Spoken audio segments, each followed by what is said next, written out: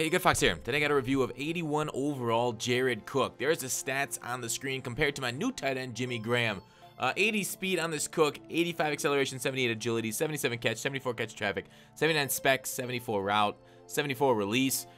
Jump at 85 at 6'5". Now, last year, a lot of my offense against heavy pressure was high point pass related with tight ends, but they've nerfed the high point pass, not so much the effectiveness of the receiver catching it, but the effectiveness of the quarterback being able to actually throw that pass. Like, you're gonna get a ton of overthrows on high points. You're gonna throw it to a lot of safeties, about the same amount of safeties as you are tight ends in the middle of the field. So you're gonna want to only use that stuff near the back in the field. Look at my guys kind of like just glitched and running on each other.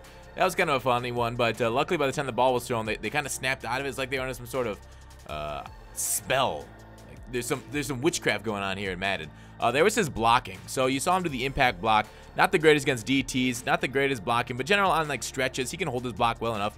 Run blocking itself this year isn't too bad. It actually holds pretty well, so you got to get a good user to be able to do that. There, another high point pass getting completed. And high point passes are also picked off by users a lot better, easier this year, but still you want a high point just in case the user's running underneath your Cook. But at 6'5", he is going to go up and get it for you. Great goal line threat, great all that, and he held onto the ball very well. Now, I can't really say that's his catching so much. I was very surprised with how well he held up. Like, still aggressive catch. That's like throwing it into a brick wall right there with the guy near you.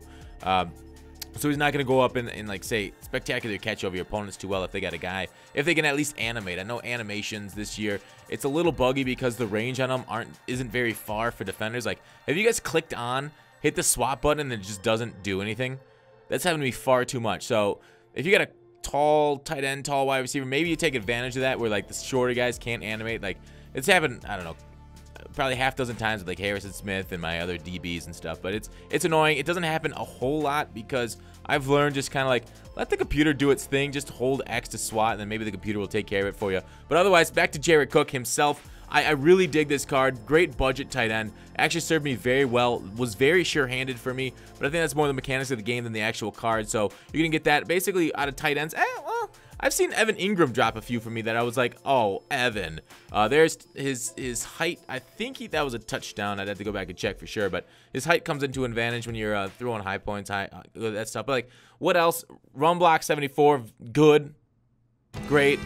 Great budget tight end, but not a really world beater here. So for the price, I like him a lot. 8.6. Thanks for watching Call to Action. I'll see you tomorrow.